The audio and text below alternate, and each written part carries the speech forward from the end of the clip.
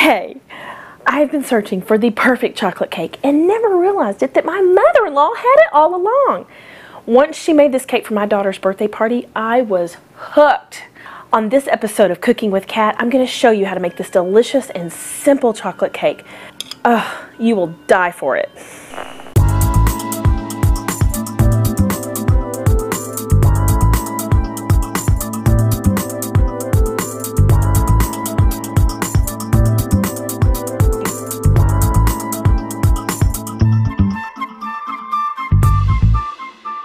Today we're going to be making fudge cake, and this recipe is so super easy. It is one that will surely become your favorite, and the icing on the top really does taste like fudge, and I think that's what makes it so great. But it's super moist, very fast and easy to make, and I promise even if you're the beginner of beginners on cooking, this recipe is definitely one that will be easy. Half a cup of buttermilk, you're going to add a teaspoon of baking soda. We're going to mix this together. And when you mix the buttermilk and the baking soda together, it is going to start becoming kind of bubbly and frothy. So be sure that you give yourself some room.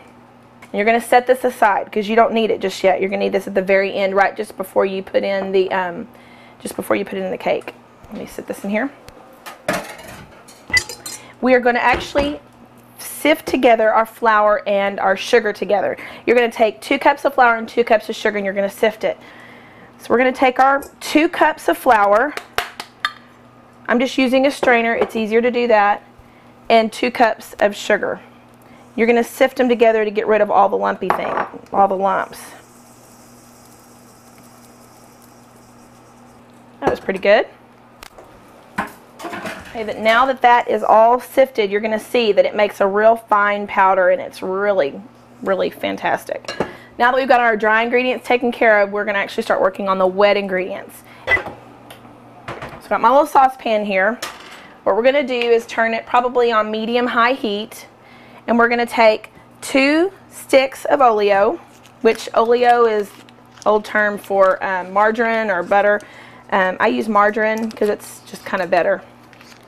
So we're going to take our 2 sticks of oleo. We're going to put them in our saucepan and get them to start melting. There's that. We're going to take 2 tablespoons of cocoa, and we're going to add that in here as well. Okay. Once we're done with that, we're going to add the chocolate.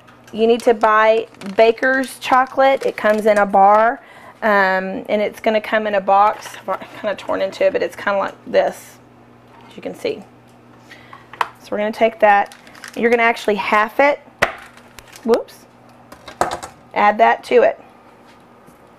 Set the other half aside because you will use this other half of the Baker's chocolate, so set it aside where it's easy to get. And then we're going to add water, and you're going to add a cup of water.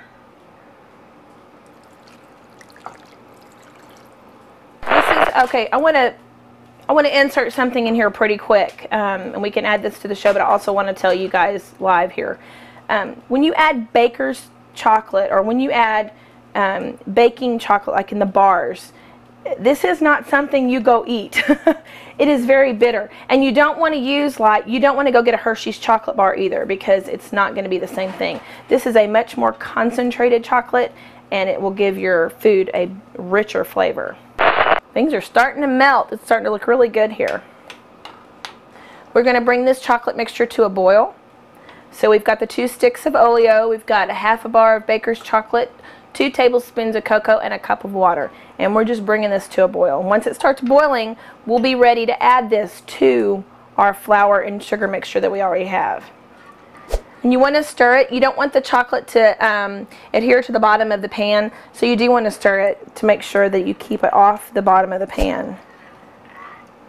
And you want to melt it at a medium to medium-high heat. You don't want to do it at high because that will scald it, and you don't want that. I was making this the other day for a church function, and my daughter asked me if she could lick the saucepan or take out, and I waited till it got very cold because obviously it was going to be too hot if she ate it right then. And when she started eating on it, she was just like, "Oh, what is this?" I'm like, "It has no sugar in it. It is just totally bitter chocolate. It's not sweet at all. It's kind of buttery because you've got 2 sticks of margarine in it, but that's about it." So boil, boil, boil. Okay, once the chocolate is boiling on the stove, which it is at a rolling boil, it's doing really good. Then we're going to start adding it. Now, here's a secret. Don't dump this entire thing of liquid chocolate into your flour mixture because it can be really messy. Do a gradual kind of thing. Trust me, trial by fire is always the best. So we're going to pour a little bit in, and then we'll just keep adding to it. So I'm going to do about half the mixture. There we go. And then turn it on just a little bit. And we're going to just kind of get this going and add a little bit more.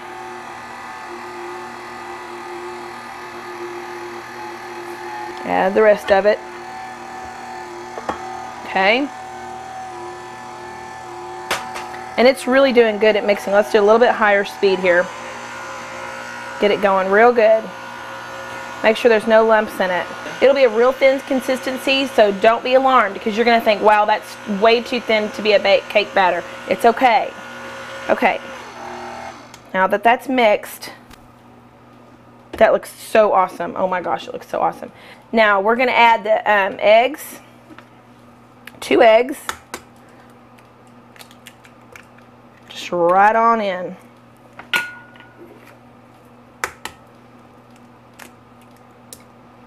Okay, and very carefully, see how much this has actually risen to the top. This is the buttermilk and baking soda mixture. We're going to go ahead and add all of that in. We're going to mix this again.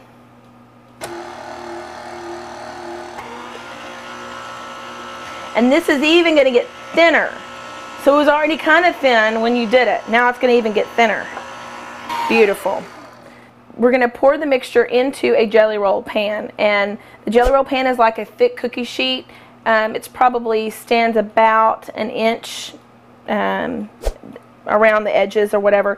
You're going to spray that with a nonstick spray. I use Pam Organic, and then you're going to flour it, and you're going to coat the bottom with flour, and then you'll dump the rest of the flour out. You're not going to leave it in there, so it'll be really good and coated, and that just is more of a preventative for it not to stick.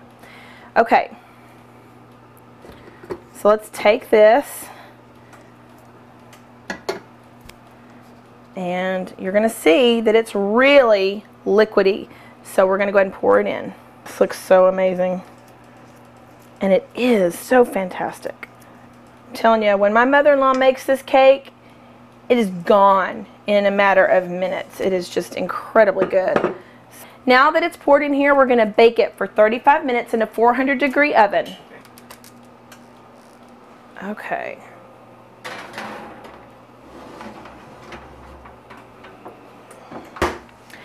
Okay, we've just put our fudge cake in the oven at 400 degrees. It's going to take about 35 minutes to bake, and now, ladies and gentlemen, it is time to wait.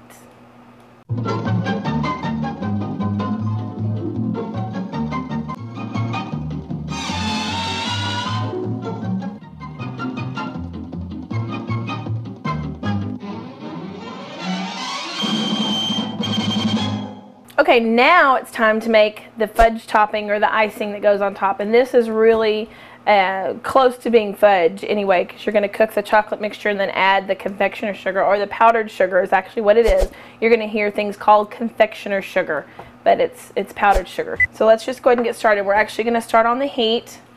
We're going to turn it to about medium high. If you recall, when we did our chocolate mixture, we had 2 sticks of margarine. This time we're only going to use 1. So 1 stick of margarine. We're going to use 2 tablespoons of cocoa. We're going to use the other half of our baking chocolate bar. So we did half for the cake, now we're going to use the other half for the icing. Okay, now we're going to add 6 tablespoons of milk. If you recall, when we did our the cake, we added a cup of water. This time we're going to only add 6 tablespoons of milk. Just adds for a richer flavor. Again, you want to stir it consistently so that it doesn't stick to the bottom. And it's already doing really well. The butter is already doing pretty darn good, or the margarine. Chocolate is melting very nicely.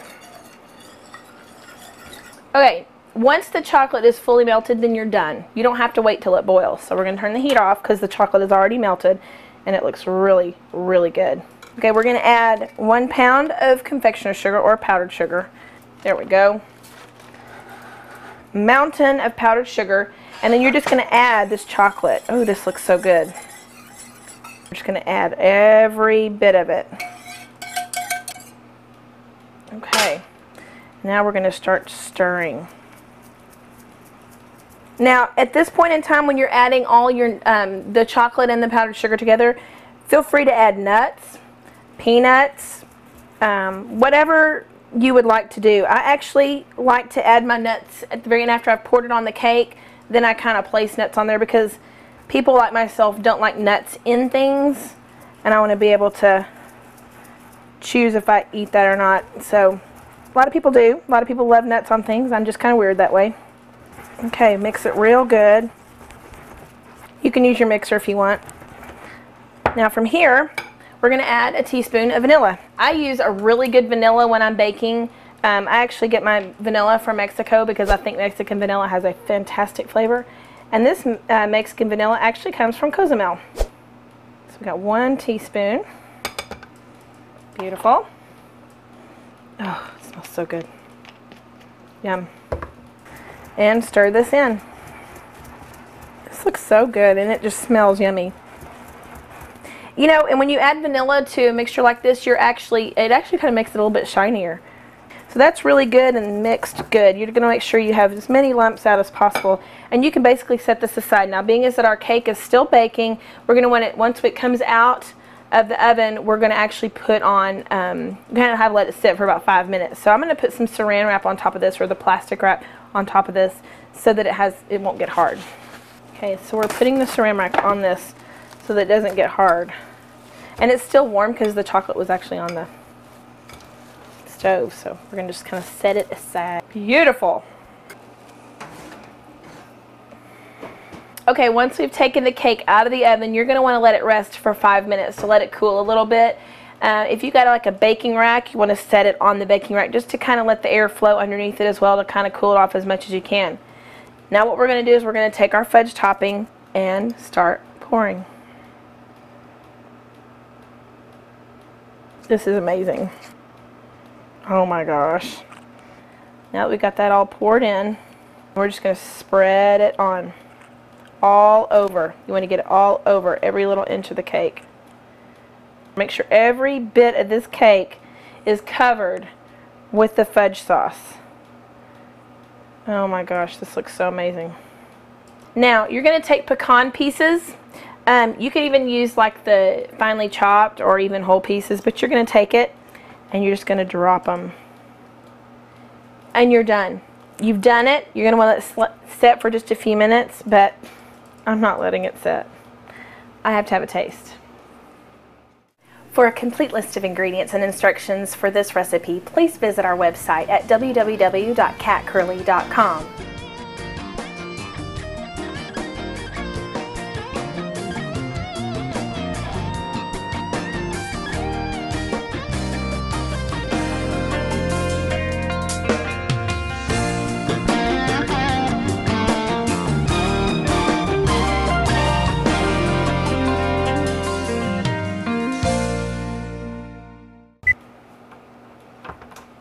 Ooh. Alright, let's set this up. Burned myself. Let's get this party started, buddy.